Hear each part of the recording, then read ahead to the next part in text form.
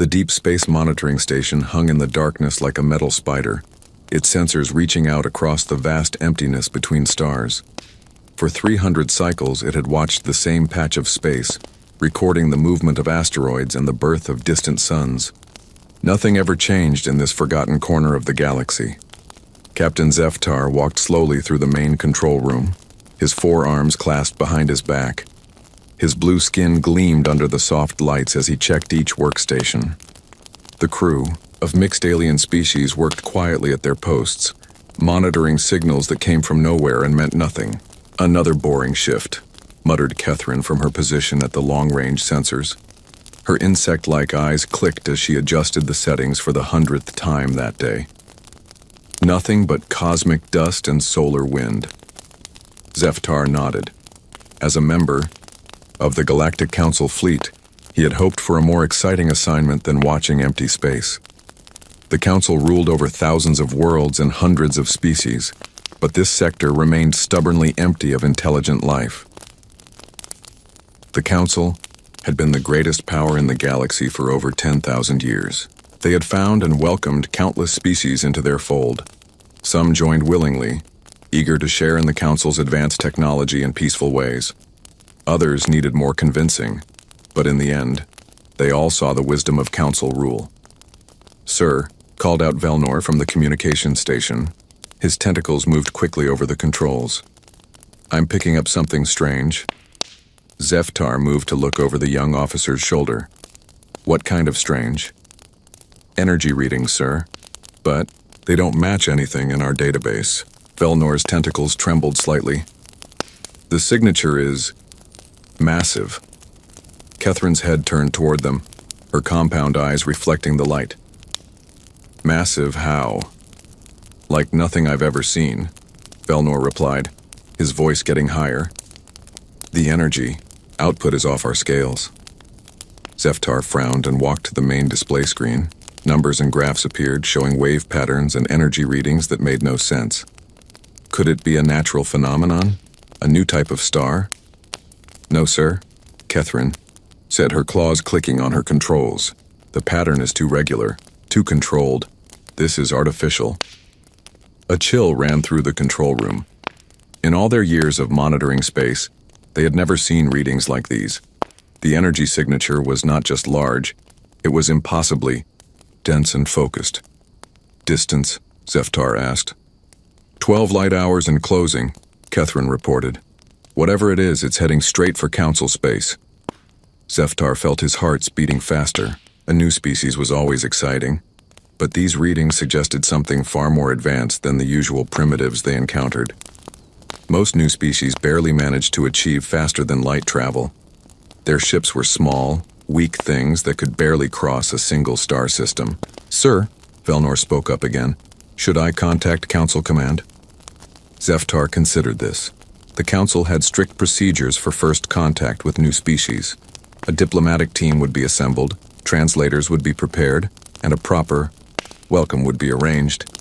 But that could take days, and whatever was approaching would be here much sooner. "Not yet," he decided. "Let's gather more information first. I don't want to sound an alarm over a sensor malfunction." But even as he said it, Zeftar knew this was no malfunction. The readings were too consistent, too strong. Something was coming, and it was unlike anything they had encountered before. Hours passed as the crew watched the approaching signal. The energy readings only grew stronger, confirming that whatever was heading their way was real and massive. Zeftar found himself pacing the control room, his anxiety growing with each passing moment. "Sir," Catherine called out, "I'm getting more detailed readings now. The object appears to be artificial, definitely a spacecraft of some kind." "Size estimate?" Zeftar asked, though he wasn't sure he wanted to know. Catherine's claws stopped clicking. She stared at her screen for a long moment. "Sir, that can't be right." "What can't be right?" "The size readings. According to my sensors, this ship is over 15 kilometers long." Silence fell over the control room. The largest Council ships were barely 2 kilometers in length. Even the massive dreadnoughts that protected the core worlds were only 3 kilometers from bow to stern. A 15-kilometer ship was beyond imagination. "Check your sensors again," Zeftar ordered, but his voice lacked conviction. Catherine ran the scans 3 more times. Each time, the results were the same. "Confirmed, sir. 15.2 kilometers in length. Mass readings suggest extremely dense construction. This thing is built like a fortress." Zeftar felt his confidence draining away. The Council's first contact procedures were designed for primitive species flying small, weak ships. "They were not prepared for something like this, sir." Velnor's voice was barely a whisper. "I'm detecting weapon signatures." "How many?" Zeftar asked, dreading the answer. I can't count them all, sir. There are weapons ports covering the entire hull, hundreds of them. Maybe thousands." The control room fell silent again. In all of Council history, no species had ever approached their space with such overwhelming firepower. The very idea was unthinkable. New species were supposed to be grateful for Council contact, eager to join their peaceful civilization. "Sir," Catherine spoke slowly, "what should we do?" Zeftar stared at the display screen, watching the impossible readings scroll past. His training told him to follow protocol, to contact Council Command and wait for orders, but his pride as a Council officer told him something different. The Council had never backed down from a challenge. They were the rightful rulers of the galaxy, the guardians of peace and order. No primitive species, no matter how large their ship, could threaten that authority. "Prepare the diplomatic fleet," he ordered finally. "Standard first contact formation." "Sir?" Velnor looked confused. "Shouldn't we wait for reinforcements?" 12 ships should be more than enough to handle one vessel, Zeftar said with more confidence than he felt. "Even a large one." Truth was, Zeftar couldn't imagine any species building a ship that could threaten Council forces. Their technology was thousands of years advanced beyond most civilizations. Their shields were impenetrable, their weapons devastatingly accurate. Size meant nothing against superior technology. "Sir," Catherine said carefully, "perhaps we should at least inform Council Command of the situation." Zeftar waved dismissively. "After we've made first contact. I won't have them thinking I can't handle a simple diplomatic mission." Within hours, 12 Council cruisers had assembled near the monitoring station. Each ship was a masterpiece of Council engineering, sleek and deadly. Their crews were experienced veterans who had handled dozens of first contact situations. As they moved into formation, Zeftar felt his confidence returning. The approaching ship might be large, but it was still just one vessel against 12 of the Council's finest. The newcomers would quickly learn to respect Council authority. "All ships report ready, sir," came the report from his communications officer. "Excellent. Set course to intercept. Let's go welcome our new neighbors to the galaxy." The fleet moved out, their drives leaving trails of blue light in the darkness. Behind them, the monitoring station continued to track the approaching energy signature. The readings were growing stronger by the hour and new details were becoming clear. Catherine remained at her post, studying the data with growing unease. The approaching ship wasn't just large, it was dense beyond anything she had ever seen. The energy readings suggested power systems that defied understanding. And the weapon signatures. There were so many of them that her computer couldn't track them all. She thought about calling Captain Zeftar to share her concerns but decided against it. He had made his decision, and she was just a sensor operator. What did she know about military tactics or alien encounters? But as she watched the readings continue to climb, Catherine couldn't shake the feeling that they were all making a terrible mistake. The Council had encountered thousands of species over the millennia, but none had ever approached with such obvious military capability. Most new species sent small scout ships or trade vessels for first contact. They came seeking knowledge or friendship, not displaying enough firepower to level a planet. This ship was different, and that difference worried her more than she cared to admit. Hours passed as the two forces moved toward each other, through the vast emptiness of space. The Council fleet maintained their standard formation, confident in their superiority. The alien vessel continued its steady approach, giving no sign of changing course or reducing speed. Finally, long-range sensors began to pick up visual data. What they saw defied all expectations and challenged everything they thought they knew about spacecraft design. The approaching ship was not just large, it was a floating fortress. Its hull was thick and angular, covered in armor plating that could withstand devastating attacks. Weapon ports dotted every surface, each one large enough to house cannons that could destroy a city. But it was more than just the weapons that made the ship terrifying. It was the obvious intent behind its design. This was not a ship built for exploration or trade. It was not designed to inspire awe or demonstrate artistic achievement. It was built for one purpose only: war. The Council fleet suddenly seemed very small as they approached this metal mountain floating in space. But orders were orders, and Captain Zeftar had committed them to this course of action. As the distance closed between the two forces, sensor readings revealed more troubling details. The alien ship's energy output was beyond anything in Council records. Its shields registered as active and incredibly powerful. Most disturbing of all, its weapons appeared to be charging. The stage was set for an encounter that would change the galaxy forever. On one side, the proud Council fleet with thousands of years of experience and technological advancement. On the other, a single massive warship representing a species that the galaxy had never seen before. Neither side yet understood what they were truly facing, but both were about to learn lessons that would reshape their understanding of power, technology, and their place in the universe. Captain Marcus Chen stood on the bridge of the UES Ragnarok, his hands clasped behind his back as he studied the tactical display. The massive view screen showed the starfield ahead, empty except for the distant points of light that marked their destination. After 6 months of deep space travel, they were finally approaching the edge of what the scientists called active galactic space. "Sir, we're picking up artificial signals ahead," reported Lieutenant Sarah Kim from her position at the sensor station. Her fingers moved quickly over the holographic controls. "Multiple sources. Looks like we found our neighbors." Chen nodded slowly. This was the moment they had all been waiting for. Humanity's first contact with alien intelligence. The Ragnarok had been sent specifically for this purpose, to represent Earth and her colonies in whatever lay beyond their small corner of the galaxy. "How many sources?" Chen asked. 12 distinct signatures, sir. They appear to be spacecraft, arranged in some kind of formation." Kim paused, studying her readings. "They're heading toward us. Weapons status? All systems show as armed and ready, but they're not targeting us yet," reported Chief Tactical Officer James Rodriguez. "Their formation suggests they're trying to intercept our course."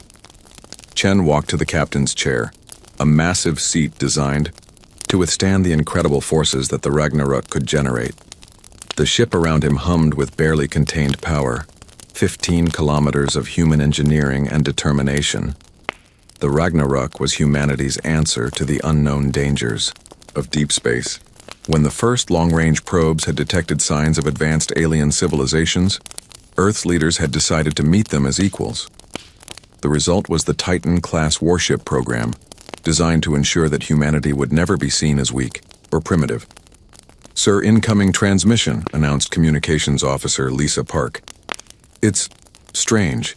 The signal is being broadcast on multiple frequencies simultaneously. Can you decode it?" "Working on it, sir. The computer is analyzing the patterns now." Park's brow furrowed in concentration. "Got it.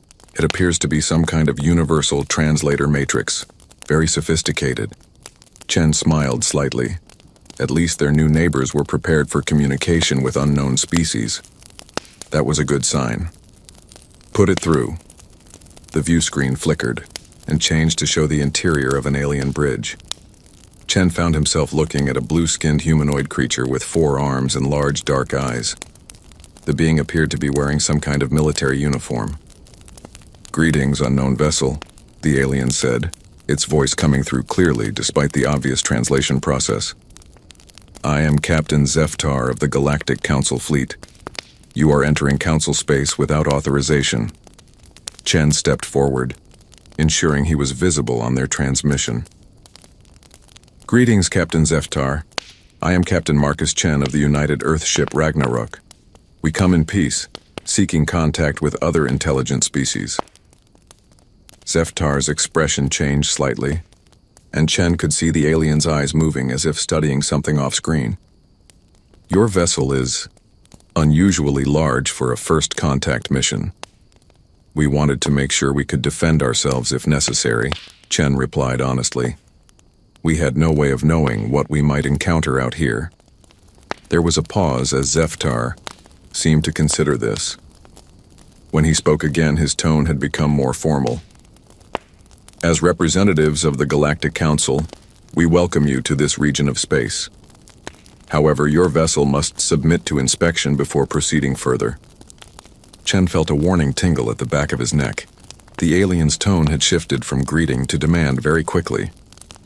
I appreciate the welcome, Captain, but I'm afraid we can't submit to inspection. We're on a peaceful mission, but we're not prepared to surrender our vessel to unknown parties. You misunderstand, Zeftar said, and now there was definitely an edge to his voice. This is not a request. All vessels entering Council space must be inspected. It is the law. Whose law? Chen asked calmly. We're not citizens of your council. Captain, we're explorers from Earth and we follow Earth's laws. On the view screen, Chen could see Zeftar's forearms moving in what appeared to be agitation. You are now in Council space, human. Our laws apply to all who enter our territory. Chen glanced at his tactical officer, who shook his head slightly. The alien ships were still not targeting them, but their formation had shifted to surround the Ragnarok. It was a classic intimidation maneuver. Captain Zeftar, Chen said carefully, perhaps we should arrange for proper diplomatic contact. I'm sure our governments can work out the details of our presence here. There are no details to work out, Zeftar replied sharply. You will submit to inspection, or you will be forced to submit. The choice is yours. The transmission ended, abruptly leaving the bridge of the Ragnarok in tense silence. Chen looked around at his crew, seeing a mix of concern and anger on their faces. Analysis, Commander Rodriguez? Chen asked. Sir, they've moved into an attack formation. Classic, pincer movement, designed to hit us from multiple angles simultaneously. Rodriguez studied his tactical display. Their ships are about 2 kilometers long each, heavily armed, but sir... But what? They're positioning themselves like they expect us to be helpless against their combined firepower. It's the kind of formation you'd use against a much smaller, weaker vessel. Chen nodded. The aliens had looked at the Ragnarok and seen only size, not understanding what that size represented. They had no idea that humanity's approach to warfare was fundamentally different from what they were used to. Incoming transmission, sir, Park announced. Same source. On screen. Zeftar appeared again, but this time his expression was harder. Human vessel, you have 60 seconds to lower your shields and prepare for boarding, or we will take action. Chen straightened his shoulders. Captain Zeftar, I strongly advise against any hostile action. We have no wish to fight, but we will defend ourselves if attacked. Your threats are meaningless, Zeftar sneered. You are 1 ship against 12. Surrender now, and you will be treated fairly. The transmission ended again. Chen turned to his crew, seeing them all waiting for his orders. These were good people, hand-picked for this mission. They deserved a captain who would protect them. Sir, Rodriguez said quietly, their weapons are charging. Chen walked to the tactical station and studied the display showing the enemy formation. 12 ships against 1. In the aliens' experience, that was probably overwhelming odds. But they didn't understand what they were facing. The Ragnarok wasn't just large, it was dense. Every meter of its hull was packed with weapons, shields, armor, and redundant systems. Humanity had built it with one guiding principle. If they were going to meet aliens, they were going to meet them from a position of strength. All hands. This is the captain, Chen announced over the ship's communication system. We are about to be attacked by alien vessels. This is not what we wanted, but we will defend ourselves. All crew to battle stations. Alarms began sounding throughout the ship as 15,000 crew members moved to their combat positions. The Ragnarok transformed from an exploration vessel into a weapon of war in a matter of minutes.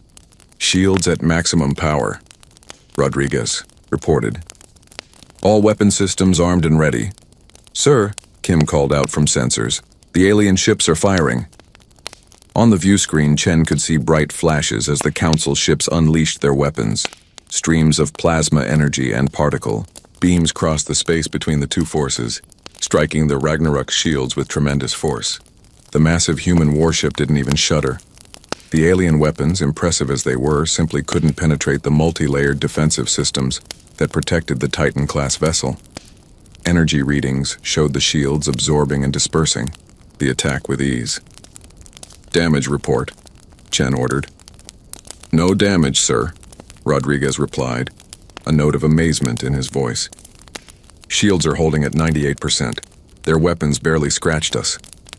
Chen felt a grim satisfaction. The aliens had made their choice. Now they would learn what humanity was capable of. Open a channel, he ordered. Zeftar's face appeared on screen again, but now the alien looked confused and worried. Impossible. Our weapons should have disabled your shields. Captain Zeftar, Chen said calmly, you have attacked a peaceful vessel. This is your only warning. Stand down immediately or face the consequences. You're bluffing, Zeftar snarled. No single ship can withstand the combined firepower of a Council battle group. You're about to find out, Chen replied. He turned to Rodriguez. Target the lead vessel. Point defense turret 7, single shot. Rodriguez's eyes widened slightly. Point defense turrets were designed to shoot down incoming missiles and fighter craft. Using one against a capital ship was almost insulting, but he followed orders. Target locked, sir. Fire. A single beam of coherent energy lanced out from the Ragnarok, striking the lead Council ship amidships. The alien vessel, which had seemed so impressive moments before, simply vaporized. One moment it was there. The next it was an expanding cloud of superheated gas. The silence on the alien communication channel was deafening. Chen could see Zeftar staring in shock at something off-screen, probably his tactical display showing the complete destruction of one of his ships. Captain Chen? Zeftar's voice was barely a whisper. What did you do? That was a point defense weapon, Captain, designed for shooting down small targets like missiles. Chen's voice remained calm and professional. Would you like to see what our actual weapons can do? The remaining 11 Council ships had stopped firing. Chen could see them on his tactical display, hanging motionless in space as their crews tried to process what they had just witnessed. This is impossible, Zeftar said, more to himself than to Chen. No species has technology this advanced. The Council has ruled the galaxy for 10,000 years. Captain Zeftar, Chen said firmly, you attacked us without provocation. We responded with minimal force to defend ourselves. I suggest we end this before it escalates further.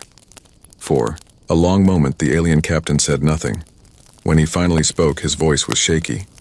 What do you want? The same thing I wanted when this started, Chen replied. Peaceful contact between our species. But that will have to wait until your superiors can meet with proper diplomatic representatives. Chen gestured to Park, who cut the transmission. The bridge fell silent as the crew processed what had just happened. Their first contact with alien intelligence had resulted in the destruction of an alien warship. Sir, Rodriguez said quietly, should we pursue the retreating vessels?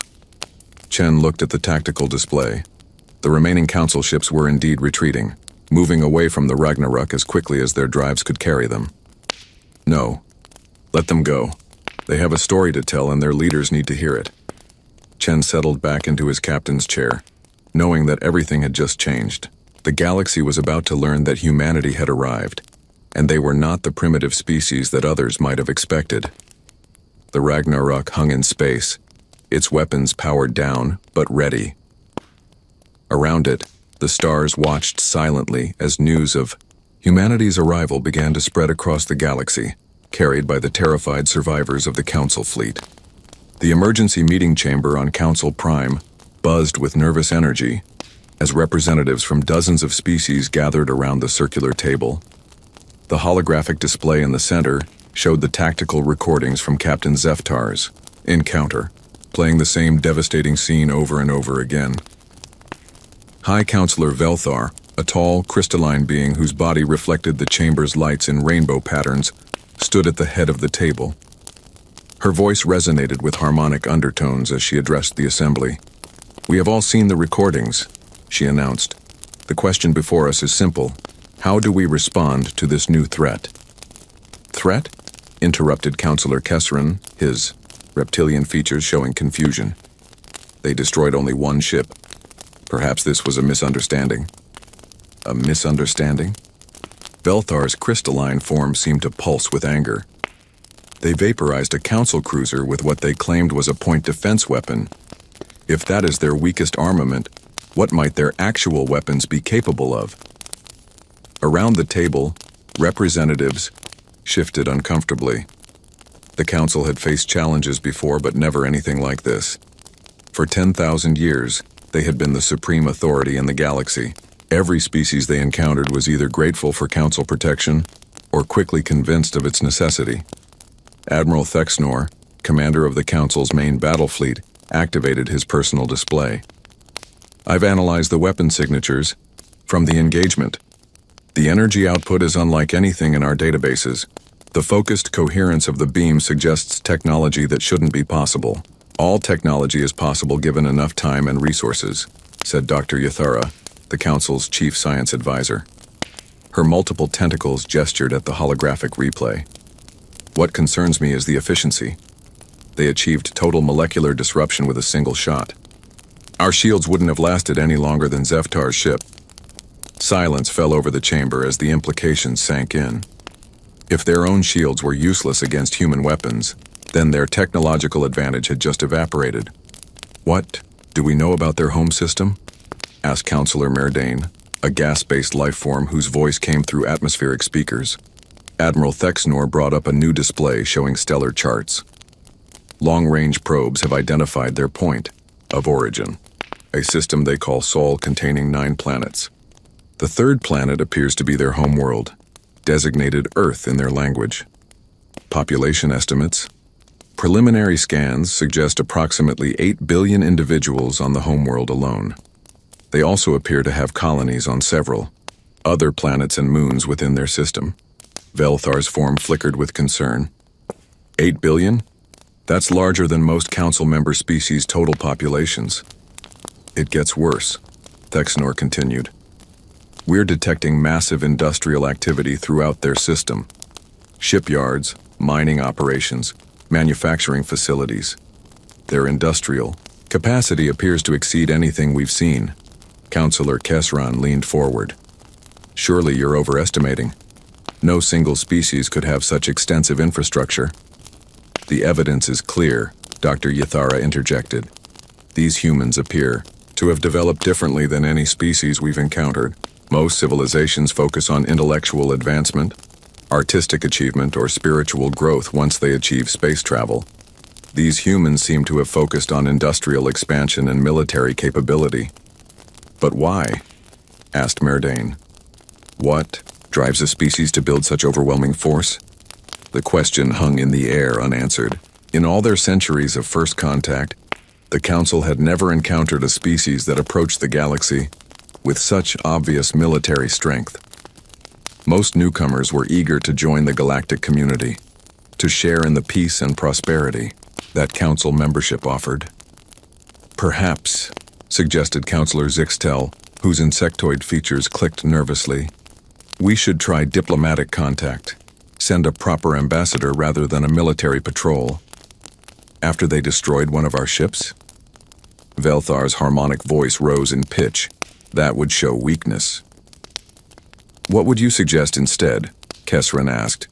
Military action against a species that can vaporize our cruisers with their weakest weapons?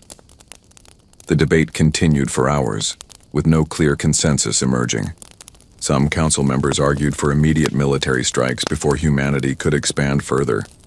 Others pushed for diplomatic solutions, hoping to avoid a conflict they might not win. A few suggested simply avoiding human space entirely, pretending the encounter had never happened. As the arguments raged, new intelligence reports began arriving. Council scouts maintaining careful distance from human space reported disturbing developments. Multiple massive energy signatures were moving through the Sol system. More ships, apparently as large as the first one, were active and mobile. How many ships do they have? Velthar demanded as Admiral Thexnor presented the latest data. Conservative estimates suggest at least 12 vessels of similar size to the one we encountered, possibly more. Thexnor's expression was grim. And there are indications of even larger ships under construction. The chamber fell silent. 12 ships like the Ragnarok could devastate the Council's entire fleet. The thought of even larger vessels was almost unimaginable. Dr. Yathara's tentacles writhed in agitation. I've been analyzing their ship design philosophy. These humans appear to follow a doctrine of overwhelming superiority. They don't just want to win battles, they want to make resistance impossible. That's not how civilized species approach conflict, protested Councillor Myrdain. There are rules, conventions, proportional response. These humans didn't grow up with our rules, Yathara replied. They developed in isolation, creating their own methods, and their methods appear to be devastatingly effective. As if summoned by their discussion, an urgent communication arrived from the border regions. Captain Zeftar, still shaken from his encounter, reported new developments. High Counselor, his image appeared in the chamber's communication display. The human ship has moved deeper into our space. They're not heading for any strategic target, but they're clearly exploring our territory. Just the one ship? Thexnor asked. Yes, sir.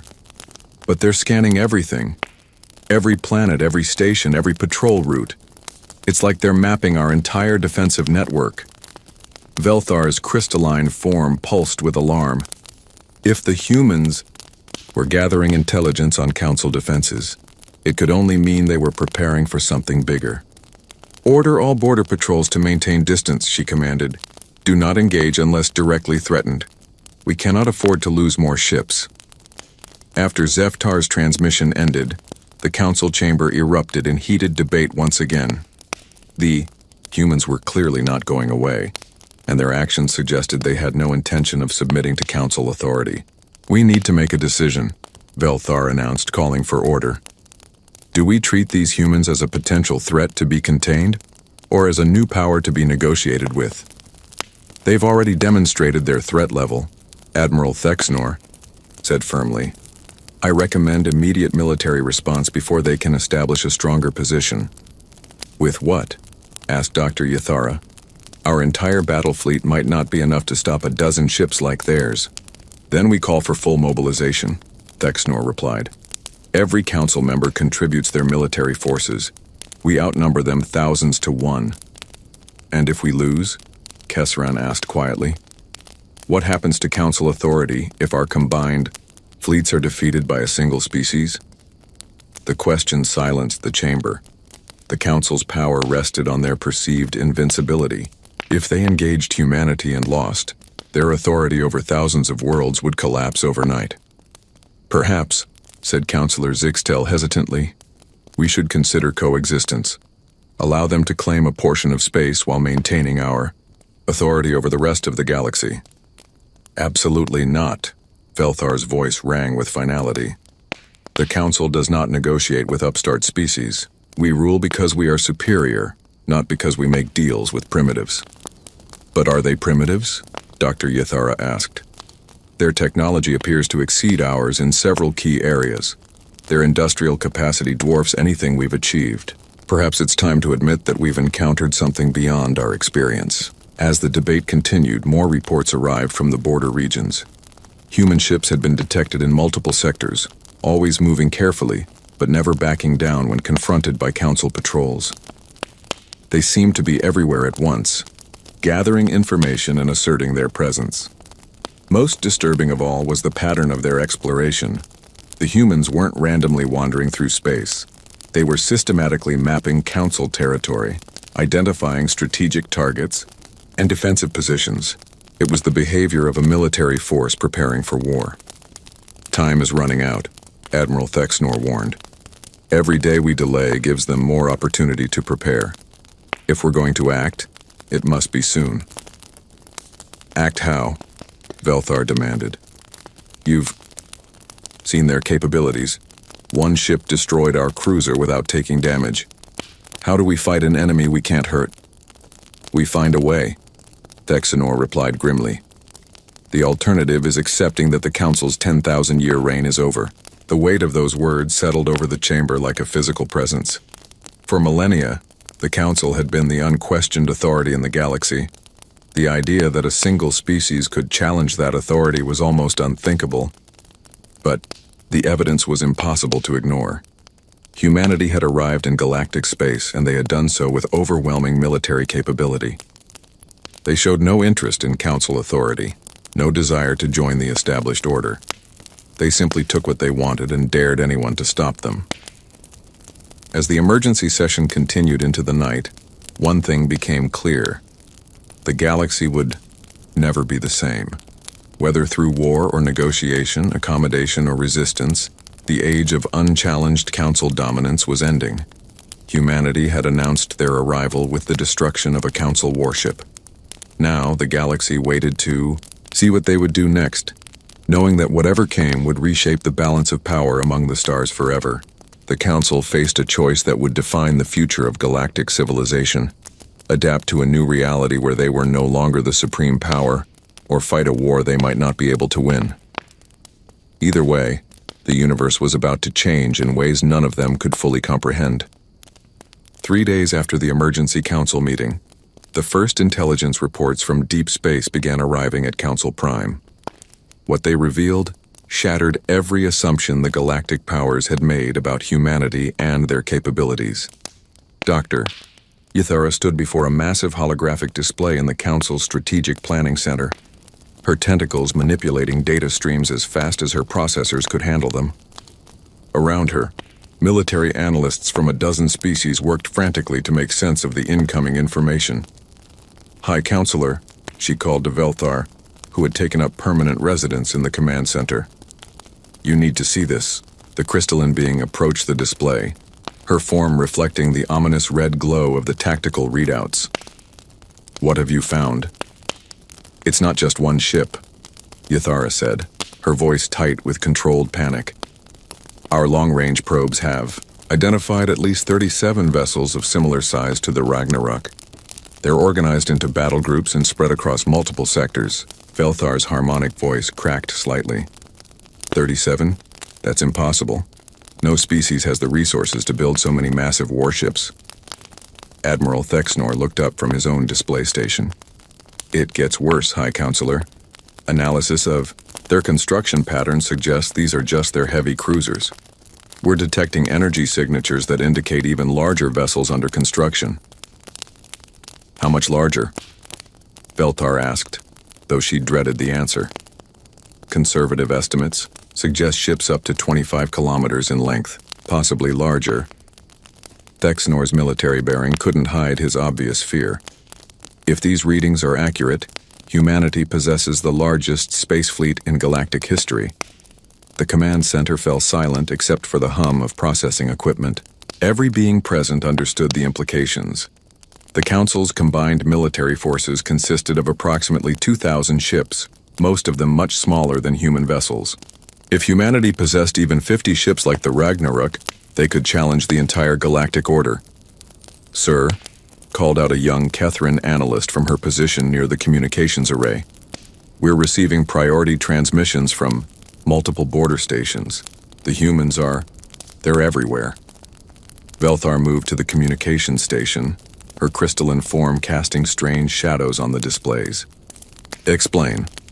Reports from 17 different sectors, High Counselor. Human ships conducting systematic scans of our territory. They're mapping every strategic asset, every defensive position, every major trade route. The analysts' compound eyes showed genuine terror. It's like they're preparing for a complete military occupation. Any hostile actions? Admiral Thexanor asked. No direct attacks, sir, but they're not responding to our hails or warnings to leave Council space. When our patrols try to intercept them, the human ships simply ignore them. Our vessels can't get close enough to force a confrontation. Dr. Ithara brought up a New display showing human ship movements across a three-dimensional map of local space. Look at the pattern. This isn't random exploration. They're conducting a military survey of our entire defensive network. The movement patterns were indeed systematic and professional. Human ships moved through Council space like they owned it, gathering intelligence with the confidence of a superior force. They showed no fear of Council patrols, no concern about territorial violations. How is this possible? Asked Councillor Kesseran, who had arrived with several other Council members. 3 days ago, we had never seen a human ship. Now they're operating throughout our space with impunity. They were prepared, Yathara replied grimly. While we were debating what to do about one ship, they were deploying their entire reconnaissance fleet. This level of coordination suggests extensive, advanced planning. Planning for what? Velthar demanded. Invasion, Admiral Thexnor said bluntly. This is classic pre-invasion intelligence gathering. They're identifying targets, mapping defenses, and establishing operational parameters. The word invasion sent a chill through the command center. The Council had never faced a threat of this magnitude. Their military doctrine was based on technological superiority and overwhelming local force. They had never needed to prepare for a conflict with an enemy that might be stronger than they were. Recommendations? Belthar asked. Full military, mobilization. Thexnor replied immediately. Call up every reserve fleet, activate all defensive platforms, and prepare for total war. Against an enemy we can't defeat? Asked Councillor Murdane, his gaseous form flickering with anxiety. We've seen what their weakest weapons can do. How do we fight something like that? Before anyone could answer, alarms began sounding throughout the command center. Emergency signals flashed on every display as a priority communication came through from the outer rim. Council command, this is Monitor Station Epsilon 7, came the panicked voice of the station commander. We have multiple massive energy signatures approaching our position. Size and configuration unknown, but they're huge. How many contacts? Thexnor demanded. 3 primary signatures, sir. But each one is. They're bigger than anything we've ever seen. Estimated length over 20 kilometers each. The command center erupted in controlled chaos as every analyst tried to process this new development. If the humans were deploying their largest ships, it could only mean they were preparing for something major. Monitor Station Epsilon 7, Belthar's harmonic voice cut through the noise. Are they targeting your station? No, High Counselor, they're just sitting there, like they're waiting for something. Dr. Ythara's tentacles moved frantically over her controls as she tried to make sense of the new data. High Counselor, I'm receiving similar reports from 6 other monitoring stations. Human ships are taking positions throughout our space, but they're not attacking. What are they doing then? Kesseran asked. Making a statement, Admiral Thexnor replied grimly. They're showing us that they can position massive fleets anywhere in Council space without being stopped. It's a demonstration of power. As if summoned by his words, a new communication signal appeared on the main display. This time it wasn't from a panicked monitoring station or terrified patrol ship. It was a direct transmission from the human fleet. The image that appeared on screen showed a human officer in a crisp military uniform. His appearance was unremarkable by galactic standards, but his eyes held a confidence that was deeply unsettling to the watching Council members. Greetings, Galactic Council, the human said, his voice carrying easily through the translation matrix. I am Admiral Sarah Chen of the United Earth Navy. I believe we need to talk. Belthar stepped forward, her crystalline form reflecting the display's light.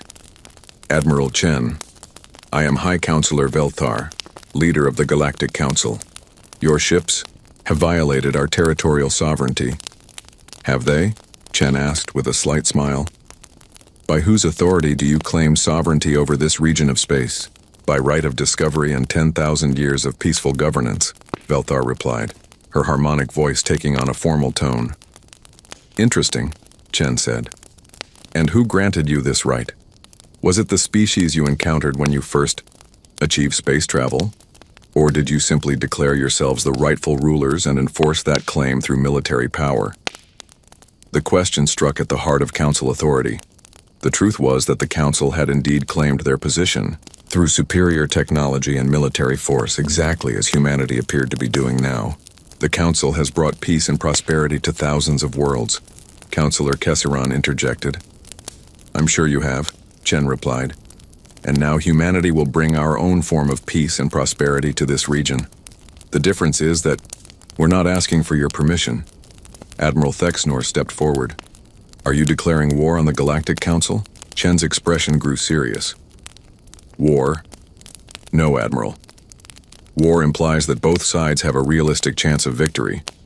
What I'm declaring is humanity's independence from any external authority over our expansion and development. You cannot simply ignore galactic law, Velthar protested. Galactic law? Chen's smile returned. You mean council law, the rules you created to maintain your own power. Humanity was never party to those agreements, High Counselor. We don't recognize your authority over us. The implications were staggering. If humanity refused to acknowledge council authority, it would set a precedent that could shatter the entire galactic order. Other species might begin to question council rule, leading to chaos throughout the galaxy. What do you want? Velthar asked finally. Simple coexistence, Chen replied. Humanity will continue to expand and develop as we see fit. The Council can continue to govern those species that choose to remain under your authority. As long as you don't interfere with human interests, we have no conflict. And if we do interfere? Admiral Thexnor asked. Chen's expression hardened. Then you'll discover why humanity builds such large ships, Admiral. I suggest you don't. Make that choice. The transmission ended, leaving the Council Command Center in stunned silence. The human admiral had just delivered an ultimatum disguised as a diplomatic overture. Accept humanity's independence, or face the consequences. Analysis, Velthar demanded. Dr. Yathara's tentacles moved over her displays as she compiled the data. Based on observed ship positions and energy signatures, humanity has deployed approximately 60% of their known fleet for this demonstration. The remaining 40% is likely defending their home systems or conducting operations elsewhere. Could we win a direct confrontation? Asked Kesseran. Doubtful, Admiral Thexnor admitted reluctantly. Even if we mobilized every ship in the Council fleet, we would be facing an enemy with superior firepower and defensive capabilities. Our losses would be catastrophic. So we just surrender? Velthar's harmonic voice rose in pitch. Allow these upstarts to dictate terms to the rightful rulers of the galaxy? What choice do we have? Merdane asked. They're offering coexistence. If we refuse, they might decide that the Council poses too great a threat to be allowed to continue. The horrible logic of the situation was becoming clear. Humanity held all the advantages.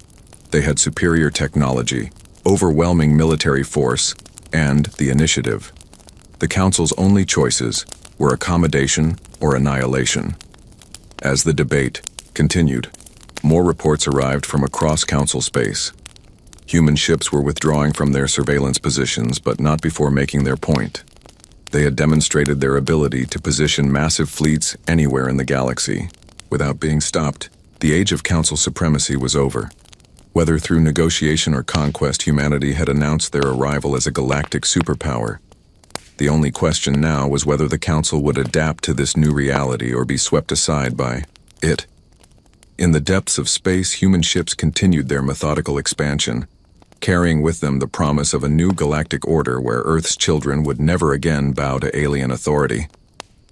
6 months had passed since Admiral Sarah Chen's ultimatum, and the galaxy had begun to adapt to its new reality. The massive council chambers on Council Prime buzzed with nervous energy as representatives from hundreds of species gathered for what many considered the most important session in galactic history. High Counselor Velthar stood at the center of the circular chamber, her crystalline form reflecting the light from countless display screens showing star charts, fleet positions, and economic data. The numbers told a story that no one in the chamber wanted to acknowledge but could no longer ignore.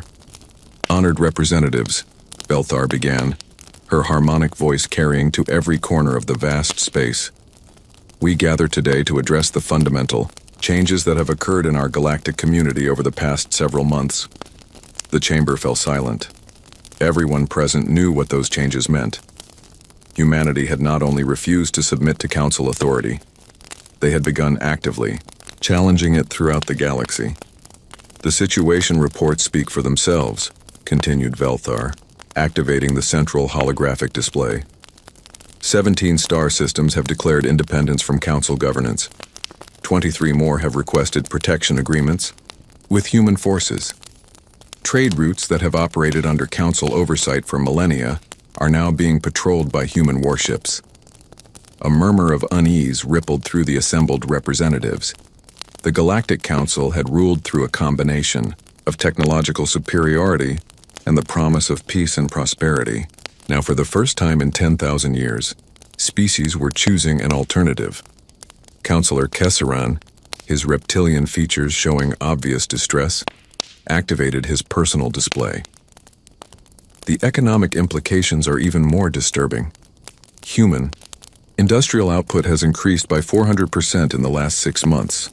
They're building ships faster than our intelligence services can count them. How is that possible? Asked Representative Yixtal of the Merchant Guild Coalition. No single species should have such massive production capability. Dr. Yathara, the Council's chief science advisor, projected new data onto the main display.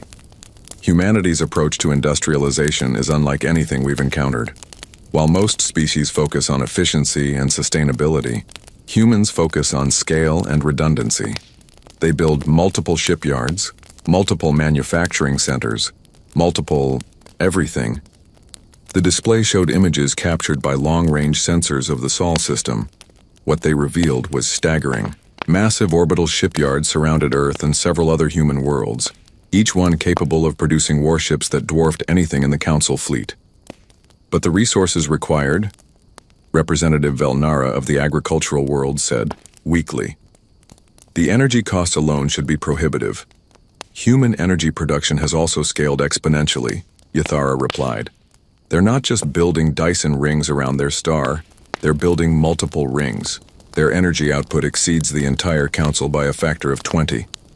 The chamber erupted in shocked murmurs. The Council represented thousands of worlds and hundreds of species. The idea that a single species could outproduce them all was almost incomprehensible. Admiral Thexnor, looking older and more tired than he had 6 months ago, stood to address the assembly. Military intelligence confirms what Dr. Yathara's economic data suggests. Humanity now operates at least 200 ships of cruiser class or larger. They have battle groups stationed in 17 sectors, patrol fleets covering major trade, routes and construction facilities that could triple their fleet size within a year. What about our own military response? Asked Representative Mordan of the Core Defense Alliance. Surely our combined fleets can still challenge human expansion. Thexnor's expression grew grim. 3 weeks ago, I ordered a probe of human defenses in the Kepler sector. A small fleet of 6 cruisers was to conduct reconnaissance and test their response capabilities. And, Velthar prompted, the fleet was intercepted by a single human vessel. When our commander demanded identification and stated our intent to patrol the area, the human captain informed him that the sector was now under human protection. Our ships were given 60 seconds to leave or face the consequences. Did they comply? Asked Kesseran. The fleet commander chose to assert Council authority. Thexnor replied heavily. He ordered his ships to continue their patrol route. The human vessel destroyed all 6 cruisers in 47 seconds. Silence fell over the chamber like a physical weight. 6 Council cruisers, each one a masterpiece of galactic engineering, destroyed in less than a minute by a single human ship. The human captain then transmitted a formal protest to Council command. Thexnor continued. He stated that humanity had no desire for conflict, but would not tolerate military provocations in sectors under their protection. Representative Zixmel of the Outer Rim territories leaned forward. Protection? They're claiming to protect sectors that don't belong to them. Actually, said a new voice from the chamber's entrance, those sectors asked for our protection. Every head turned as 3 figures entered the chamber. They were humans, walking with the confident stride of people accustomed to authority. The lead figure, a woman in an elegant diplomatic uniform, approached the center of the chamber. I am Ambassador Diana Reyes, representing the United Earth government in diplomatic matters, she announced. Her voice carried clearly through the chamber's translation systems. I believe you've been discussing our recent activities. Velthar's crystalline form flickered with surprise and anger. This is a closed session of the Galactic Council. You have no authority to be here. Actually, I do, Reyes replied calmly. 17 systems that were formerly under Council governance have requested human protection and representation. As their chosen representative, I have the right to speak for their interests. The implications hit the chamber like a shockwave. If 17 systems had formally requested human protection, they were no longer Council territories. Humanity wasn't expanding through conquest. They were growing through voluntary association. This is preposterous, protested Representative Velnara. These systems have been Council members for centuries. They cannot simply change allegiance. According to whose law? Ambassador Reyes asked. The Council's own charter guarantees the right of member systems to withdraw from the Alliance if their needs are not being met. These systems have formally invoked that right. Dr. Ythara's tentacles moved frantically over her displays as she pulled up the relevant documents. She's correct. The charter does allow for voluntary withdrawal, though the process was designed to be extremely difficult. Difficult, but not impossible, Reyes said with a slight smile. And when a system faces threats that the Council cannot adequately address, the requirements are significantly reduced. What threats? Demanded Admiral Thexnor. The Council has maintained galactic peace for 10,000 years. Has it? Reyes asked. The Zeta Reticuli system was raided by pirates 7 times in the last year. Council patrols arrived an average of 6 hours after each attack. When they requested additional protection, they were told that resources were limited. She gestured, and a holographic display appeared showing patrol routes and response times. Under human protection, the Zeta Reticuli system has experienced 0 pirate attacks. Our patrol ships maintain continuous coverage and can respond to threats within minutes. The data was undeniable. Human protection was demonstrably more effective than Council security in many regions. The Altair colonies requested disaster relief after their moon mining operations suffered catastrophic failure. Reyes continued. The Council promised aid within 3 months. Human engineering teams arrived within 72 hours and had the facility operational again within 2 weeks. More data appeared, showing response times, resource allocation, and efficiency. Measurements. In every category, human administration outperformed Council governance by significant margins. You're cherry-picking favorable examples, accused Councillor Kesseran. Am I? Reyes asked. Dr. Ythara, would you care to run a comprehensive analysis of response times and resource allocation across all former Council territories that have requested human protection? Ythara's tentacles worked reluctantly over her controls. When the results appeared, they confirmed Reyes's claims. Human administration was faster, more efficient, and more effective than Council governance in virtually every measurable category. How is this possible? Asked Representative Mordan. The Council has thousands of years of experience in galactic governance. Experience in maintaining the status quo, Reyes replied. Humanity approaches problems differently. When we see inefficiency, we fix it. When we encounter threats, we eliminate them. When citizens need help, we provide it immediately, not when it's convenient. Ambassador Reyes walked to the center of the chamber, her presence commanding attention from every representative present. The choice before you is simple. You can continue trying to maintain authority through tradition and fear, or you can accept that the galaxy has changed. And if we choose to resist this change? Velthar asked, her harmonic voice tight with controlled anger. Then you'll discover why humanity builds ships like the UES Leviathan, Reyes replied calmly. Admiral Thexnor leaned forward. We haven't detected any ship by that designation. You will, Reyes said with quiet confidence. The Leviathan is our first Titan-class dreadnought, 37 kilometers long, armed with enough firepower to sterilize a planet, and protected by shields that could withstand a supernova. It will be operational within 6 months. The chamber fell silent as the representatives tried to process this information. If humanity's cruisers could destroy Council fleets, what could a ship designed for planetary assault accomplish? But that's not why I'm here, Reyes continued. I'm here to offer you a choice. Humanity has no desire to rule the galaxy. We want to expand, explore, and protect our interests. The Council can continue to govern those species that choose to remain under your authority. In exchange for what? Asked Velthar. Recognition of human independence and sovereignty over the territories that have chosen our protection. Mutual, non-interference agreements, perhaps even cooperation on matters of mutual interest. Representative Zixmel activated his display. And if we refuse, then humanity will continue to grow and expand according to our own interests, Reyes replied. More systems will request our protection as they see the benefits we offer. Eventually, the Council will become irrelevant not through conquest but through obsolescence. The horrible logic of the situation was becoming clear to everyone in the chamber. Humanity wasn't threatening to destroy the Council through military action. They were offering something better than Council rule, and entire systems were choosing to switch sides voluntarily. Time is running out, Ambassador Reyes said as she prepared to leave. Humanity's expansion will continue regardless of Council approval. The question is whether you want to be our partners or our obstacles.